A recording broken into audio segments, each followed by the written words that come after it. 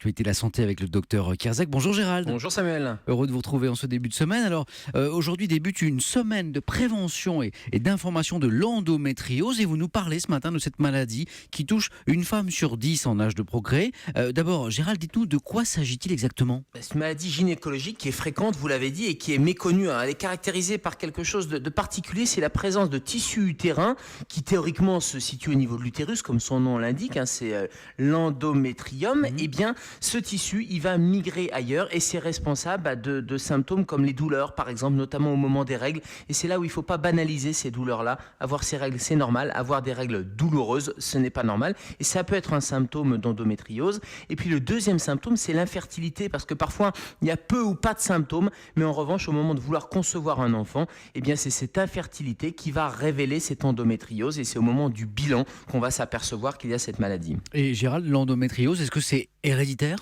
Héréditaire, non. On ne peut pas dire qu'il y a un gène qui va coder et qui va être transmis, par exemple, de la maman à la jeune fille. En revanche, il y a une susceptibilité génétique. Il y a des facteurs, probablement plusieurs facteurs de risque génétique.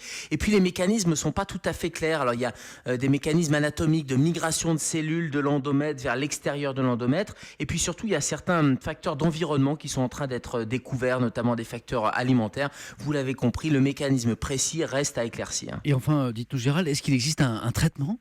Oui, il existe un traitement. Alors avant le traitement, il faut déjà penser au diagnostic et poser le diagnostic. Ça veut dire quoi ? Ça veut dire échographie, ça veut dire IRM. Et le diagnostic de certitude, c'est une intervention chirurgicale, mini-invasive bien sûr, mais pour aller prélever un petit bout de tissu. Et ça permet d'avoir le diagnostic de certitude devant notamment ces douleurs abdominales.